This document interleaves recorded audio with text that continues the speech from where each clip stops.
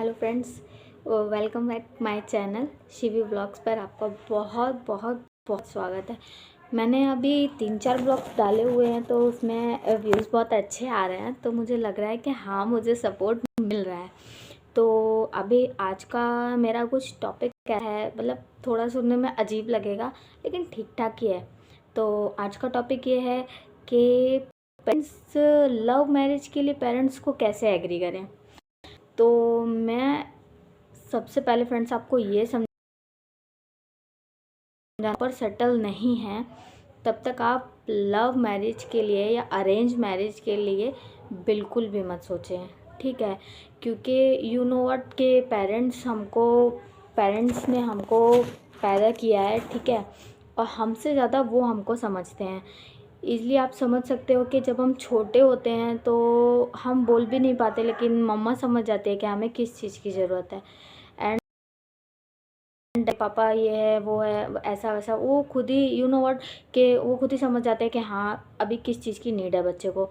तो मेरे कहने का मतलब ये है कि सबसे पहले आप अपना कैरियर सेट करो, अपने गोल्स पर फोकस करो और उसके बाद ही आप मैरिज के बारे में सोचो। और ज़्यादातर लोगों का यही क्वेश्चन रहता है कि पेरेंट्स लव मैरिज के लिए नहीं एग्री हो रहे हैं। तो सिंपल सा पेरेंट्स को समझाने का वो सबसे पहले ये है कि पेरेंट्स को हमेशा ये डर लगा रहता है, चाहे वो लड़की हो चाहे वो लड़का हो, यही डर लगा रहता है कि हम लोग अपने लाइफ में ठीक ठाक डिसीजन लेते हैं या नहीं लेते हैं, है ना। तो अभी क्या है कि पेरेंट्स को इसी बात का सबसे ज़्यादा डर लगता है कि हमारा मतलब जो बच्चा है वो किसी गलत रास्ते ना चला जाए, मतलब किसी अगर बेटी है तो वो गलत लड़के के चक्कर में ना आ जाए, या बेटा है तो वो किसी गलत लड़की के चक्कर में ना आ जाए। मैं इसमें किसी भाई या किसी बहन को गलत नहीं बोल रही हूँ, लेकिन अभी ऐसा चल रहा है, इसलिए तो पेरेंट्स को हमेशा बस इसी चीज़ की टेंशन रहती है। और दूसरी चीज़ क्या है कि अगर आप अपनी लाइफ में खूब अच्छे से सेटल हो तो कुछ मैटर नहीं करता है, ठीक है। आप सेटल हो और आप जब आपका रिलेशन स्टार्ट होता है तो आप अपने पार्टनर को कन्विंस कर सकते हो कि कैरियर से ज़रूरी कुछ नहीं होता। अगर आपके पास कैरियर है, आप सेटल हो, तो आप लाइफ में कुछ भी कर सकते हो एंड पेरेंट्स भी एग्री हो सकते हैं। तो क्या रहता है कि अगर 100% है, आप सेटल हो, तो मैक्सिमम 50% तो चांसेस हो जाते हैं कि पेरेंट्स बोलेंगे कि हाँ ठीक है, हमारा बच्चा सेटल है तो हम तैयार हो सकते हैं, है ना। तो हमारा 50% रह जाता है।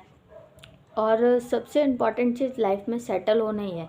जब तक आप सेटल नहीं होते तब तक पेरेंट्स को टेंशन लगी रहती है, और उस बीच में अगर आप एक और न्यू टेंशन दे देते हो कि हमें मैरिज करनी है या हमारी लव मैरिज है या हम इन रिलेशन में हैं, तो उनको और ज़्यादा टेंशन हो जाती है कि अभी आगे कैसे क्या होगा, है ना। क्योंकि जब इंसान रिलेशन में होता है, प्यार में होता है, तो बस उसको यही भूत लग जाता है कि नहीं शादी करनी है और प्यार है, मैं नहीं करूँगा कोई और ले जाएगा, या मैं उससे शादी नहीं होगी तो उसकी लाइफ में कोई और आ जाएगा, वो किसी और के साथ शादी करके सेट हो जाएगा। तो भाई मैं यहाँ पर एक बात बोलना चाहती हूँ कि जो भगवान ने आपकी किस्मत में लिखा होगा ना, वो आपके पास दुनिया के किसी भी कोने में चला जाए, वो आपके पास ही आना है, क्योंकि भगवान ने उसको सेट करके भेजा है। अब क्या है कि जो आपकी किस्मत में नहीं होगा, आप उसको घर में रखो, बांध के रखो, 10 ताले में रखो, उसको फिर भी चले जाना है, क्योंकि वो आपके लिए बना ही नहीं है। तो सबसे पहली बात ये है कि अपने पेरेंट्स के ऊपर ध्यान दो, पेरेंट्स का दिल कभी मत दुखाओ। दूसरा है कि अपने करियर पे ध्यान दो, अपना गोल सेट करो। आपके पास करियर होगा, आपके पास एक स्टेटस होगा, तभी आपका लाइफ पार्टनर भी आपके साथ रह सकता है, ठीक है।